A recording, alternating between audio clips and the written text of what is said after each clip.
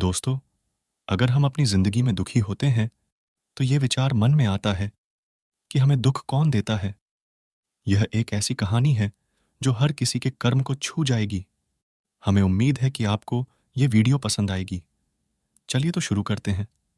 एक बार महात्मा बुद्ध किसी गांव में प्रवचन दे रहे थे। वे अपनी बात को समाप्त करते हुए बोले, मानव के दुख का कारण है स्वयं को किसी से बांधना।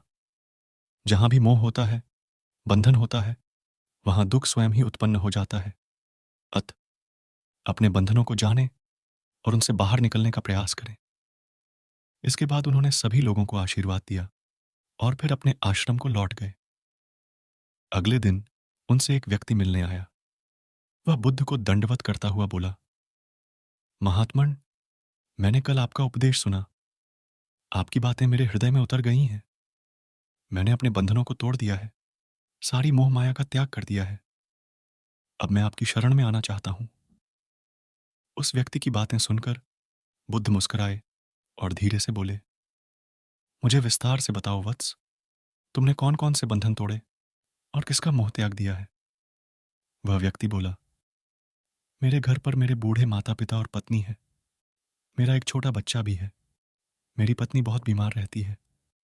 उसके कष्ट देखकर मैं अक्सर सोचता रहता था कि वह मर जाए तो उसके कष्ट दूर हो जाएं।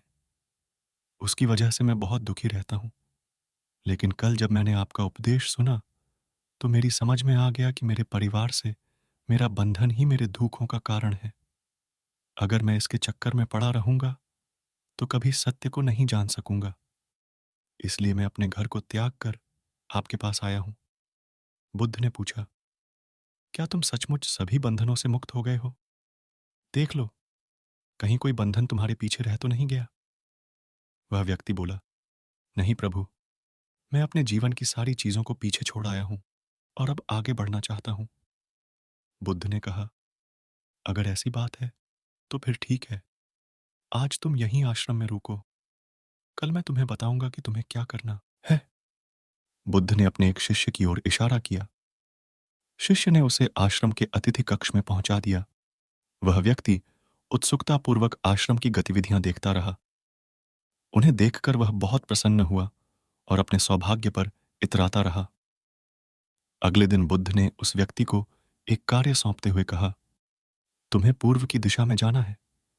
वहां पर तुम्हें एक गांव मिलेगा। गांव के बाहर ही एक साधिका का घर है। वह तुम्हें कोई वस्तु देगी। उसे लेकर तुम्हें वापस मेरे पास आना है। वह व्यक्ति पूर्व दिशा की ओर चल पड़ा। गर्मी का मौसम था। कुछ ही देर में वह पसीने से तरबतर हो गया। उसे प्यास भी सताने लगी। वह सोचने लगा कि अगर इस समय मैं अपने घर पर होता तो इस तरह गर्मी में पसीना नहीं बहाना पड़ता। कुछ दूर और चलने पर उसे भूख भी सताने लगी। पर वह एक सुनसान और बंजर रास्ता था। आसपास न तो कोई पेड़ था और न ही पोखर तालाब। वह पुनः सोचने लगा कि अगर मैं इस समय अपने घर पर होता तो अपनी पत्नी के हाथ का बना स्वादिष्ट भोजन कर रहा होता। पता नहीं क्यों बुद्ध ने मुझे गर्मी में इतनी दूर भेज दिया।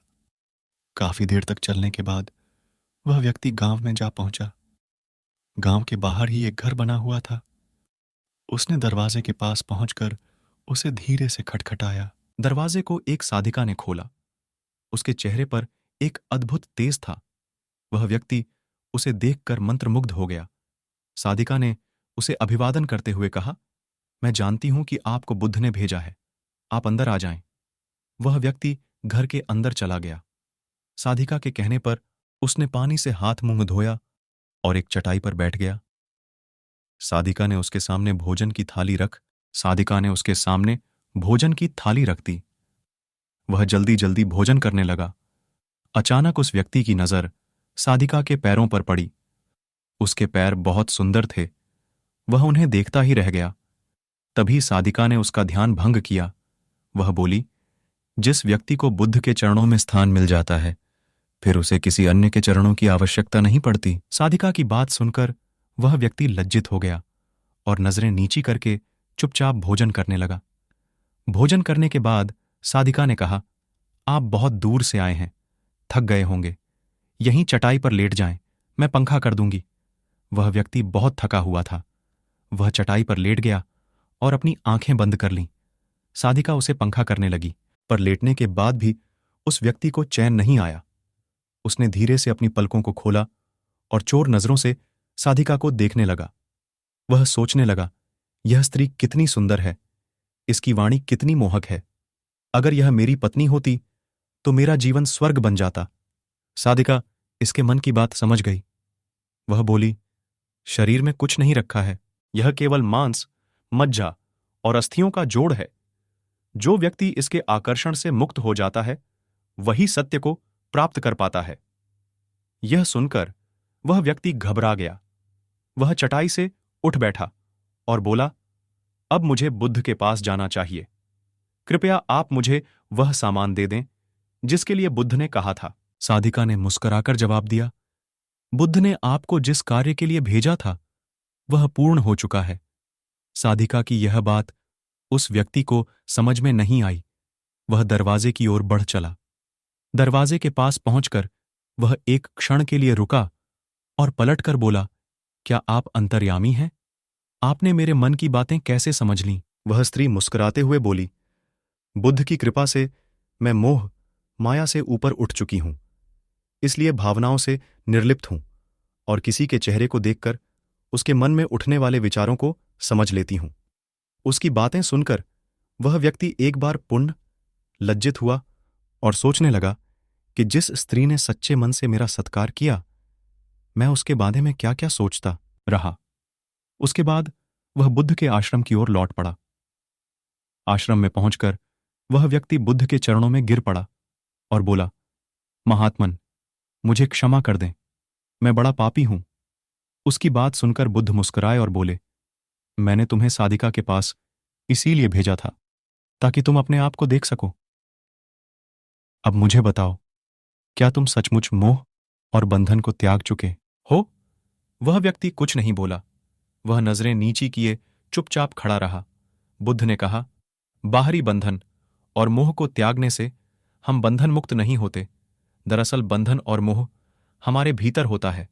तुमने परिवार को छोड़ दिया और सोचा कि मैं बंधन मुक्त हो गया, लेकिन जैसे ही तुम्हें अवसर मिला, तुम्हारे भीतर का मोह जाग उठा और इसी वजह से आज तुम अपने आप को पापी समझ रहे हो।